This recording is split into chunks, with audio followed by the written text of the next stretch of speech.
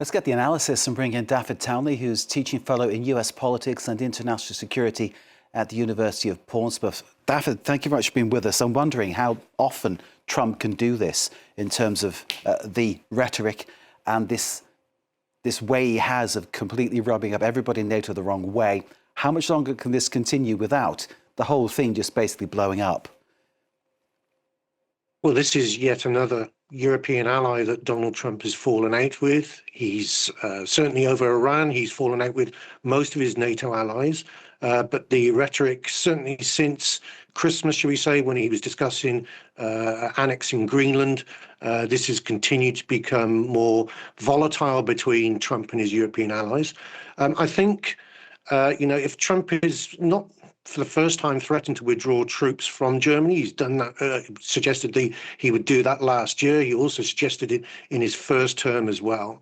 But Germany, especially Ramstein Air Base, is exceptionally important as a logistical and refueling hub for American Air Force operations.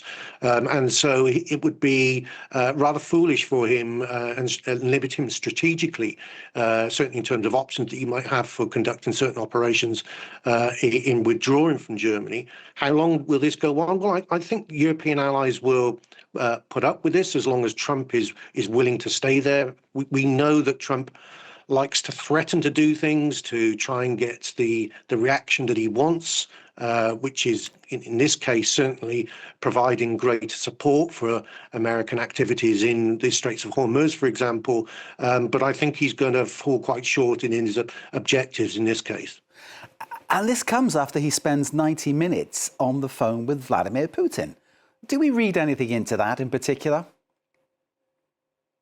I'm not sure. I think that there's probably 1 and 1 equals 3 in that equation. I think that it's coincidental rather than incidental. I think that Trump has or sees Putin as an important lever in certainly in the peace negotiations that's going on in Ukraine. He still wants to get peace there, but that's becoming certainly as a secondary cause as far as peace in Iran is concerned, is the primary issue for him at the moment.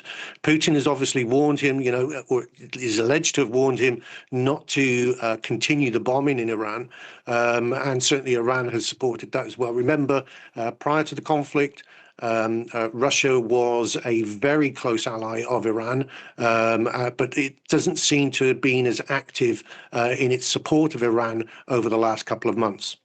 Indeed, one wonders about friends and then reliable friends. And then you put Russia into that equation, you're asking a number of people across the world, such as in Mali, how they're feeling now about sort of pivoting towards Moscow. I won't press you on that one, Dafydd. Let's stay with Europe and what it means for NATO and what happens next here, because clearly, since the Second World War, there's been this great idea of one band of brothers. I say that not being sexist, it's just a turn of phrase. And one happy family, if you like, militarily speaking, NATO working together, basically fueled by the US. It's producing most of the hardware and cashing in on that. I'm sure Trump would like to continue to do that.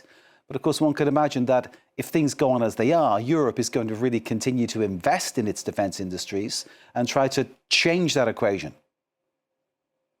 Well, that's right. I mean, Europe and European partners may be willing to invest more in defence. Of course, the great problem is the defence industries, the domestic defence industries within many nations are nowhere near the Cold War levels of, 40, 50 years ago. And so they, with the best intentions, they may be willing to fill any gap that the United States might leave. However, they just might not have the capability to do that. Remember, Trump is not the first president to criticize the lack of European spending or to criticize European partners. We can go back to Eisenhower in the 1950s, for example, and this pivot towards Asia, or at least the Indo-Pacific region that Trump has been talking about, or this administration has prioritized, was advertised by the United States during the Obama administration, over 10 years ago.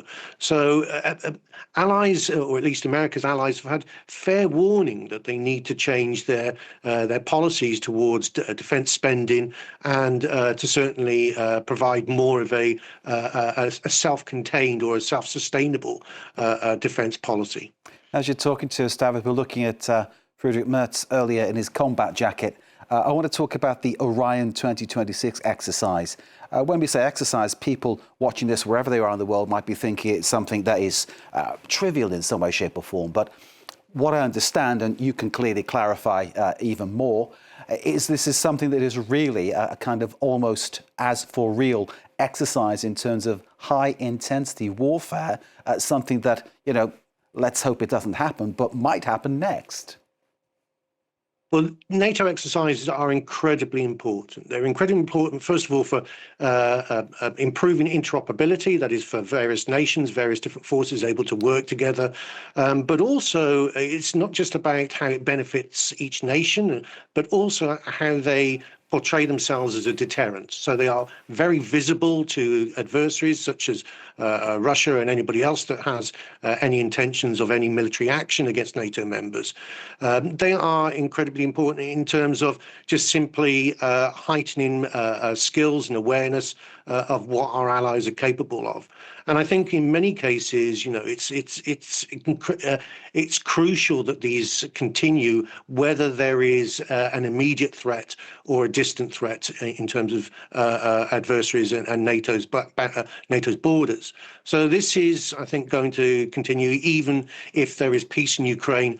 NATO exercises are crucial for European partners to maintain a state of readiness and awareness and a show of strength and a show of force to our adversaries. Are we on the way, Dafydd, to a European army? I don't think so just yet. So if Donald Trump wants to move away from NATO, if he can't withdraw from NATO without the approval of the Senate.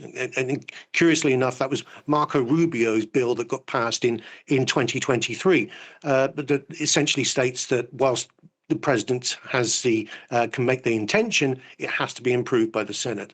So even if he wants to withdraw, it's unlikely that there is enough support within the Senate to support that. However, what we may be seeing is Trump trying to portray the United States as an injured party in the relationship, trying to gain enough support within Congress to push that through. I don't think that that's the case. I don't think that's likely to happen. My talk with American politicians, both past and present, and certainly with serving officers within the US Army and Air Force and Marines, for example, would suggest that there is still a major benefit for NATO to the United States. It's certainly not the priority of 10 years ago or 12 years ago under this administration. That might happen in 2029. There are opportunities then for Donald Trump to, as he is currently threatening to do, to redeploy forces within NATO. That's perfectly within his realm of power and constitutional ability. And that might weaken NATO's deployment. And that would then really throw a greater emphasis on European partners to come in and fill that gap. Now, whether that is a good thing or a bad thing is, you know, certainly up for debate. It might mean that NATO starts, or at least NATO's European partners, start to have plans and policies in place that aren't wholly reliant on the United States or predominantly reliant on the United States. And so therefore we may see the United States' capabilities as a force multiplier rather than a reliance on European security. As for a European army, I think there's huge political hurdles for that to get through. Who's in charge of it, what organization, what commitment continues with NATO, where the funding comes from as well would be incredibly challenging for some nations. So I think we're quite a way away from that, but we are starting to see, as Friedrich Merz has mentioned, we are starting to see European partners take control of their own defence a great deal more than they have done in the past. Dafydd, thank you so much for taking the time to give us this briefing. It's been invaluable to put into a context what is happening in northeastern France and, of course, in the wider context, how this will eventually affect the rest of the world and indeed all of us, because whilst we have no agenda in talking about this, we kind of do because we're all involved, because it affects our lives. Dafydd Townley, teaching fellow in US politics and international security at the University of Portsmouth down the south coast of England. Thank you very much indeed for joining us, sir. Pleasure speaking with you.